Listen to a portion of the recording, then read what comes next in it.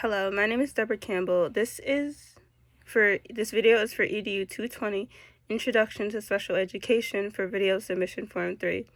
I have chosen to select two quotes from the videos to discuss and connect to specific information. In the video titled, "What is ADHD?" at the 2-minute 23-second mark, the video states, children with ADHD often have to deal with other complications. These include learning problems such as difficulty with reading, writing, or making calculations, and behavioral problems such as disobedience. ADHD is not an intellectual disability, or at least it is not considered such according to the text. On page 177, it states, academic self-concept is an important contributing factor. That is, when they view themselves as not being very capable of succeeding at schoolwork, they are more likely to stop turning and to develop behaviors that lead to further academic failure, they being the child with ADHD.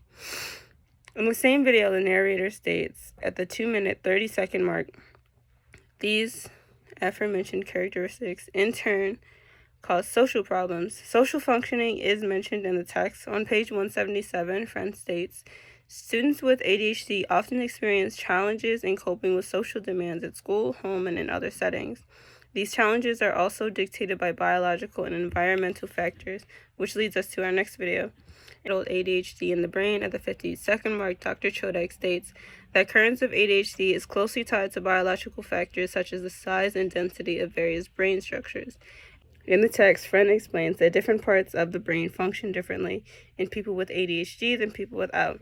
Friend explains in Chapter 6 on page 167 that the frontal lobe, the temporal lobe, and the parietal lobe, and other various parts of the brain do not often work in the same way. In the video, Dr. Chodek explains on the 1-minute 22-second mark that the frontal lobe is an especially important part of the brain, playing a key role in many functions, including impulse control, socialization, reason, and judgment.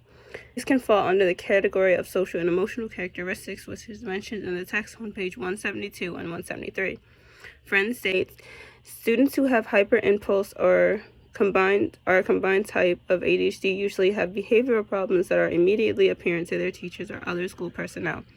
Such behaviors is not to be confused with emotional behavior disorders, which leads us to our next video titled Students with Emotional and Behavioral Disorders. The one thing students with emotional and behavioral disorders need more than anything else is support from teachers and school staff. There is no room for discrimination when educating students with these disorders. In the video titled Students with Emotional and Behavioral Disorders at the 6-minute 57-second mark, a list of instruction that best fits the needs of EBD students is displayed.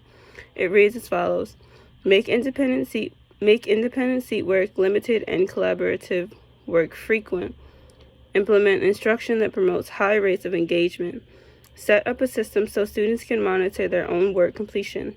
Friend also mentions positive behavior support in Chapter 7, which agrees with the list provided. On page 215, when discussing arrangement of the classroom, Friend states, teachers arrange the physical space of the classroom, establish expectations with students, and arrange rewards tailored to the specific group of students. This is not too far off from what the video is discussing. In the same video at the 8-minute 46-second mark, positive tips for behaviors are listed. It reads as follows: praise and encourage students, use hands-on activities. Art activities are enjoyable outlets for emotions. Friend discusses teacher-led instruction in the text on page 221, saying, deliver lessons in a lively manner and make sure the students are engaged by frequently using participation strategies. Students with emotional behavior disorders often struggle with staying focused and keeping their attention on the task, not unlike children with ADHD. So just as the video on the text states, it is important to make lessons active and engaging. In the video titled Referral to Special Education, there's a scenario about a student who was described as a good student. However, an IEP meeting is set up because of his emotional behavior. At the 50-second mark, the video states, the Individuals with Disabilities Education Act has 13 categories of disabilities. Emotional disturbance is one of them. In Chapter 7, Friend discusses the problems of access to treatment for students with emotional disorders. On page 225, the text states, far fewer students receive treatment than the number of students who need it. Students, not unlike the child mentioned in the video, are often written off as good students who often have bad days. At the 1-minute 19-second mark of the same video, it says, if you suspect that your child might have an emotional disturbance, you should prepare yourself for the fact that school that the school is likely to bring up things such as grades and academics as evidence that this child may not require special education. Academics and grades cannot be looked at in the same way as behavior when looking to diagnose a child with an emotional disorder, although it can be important.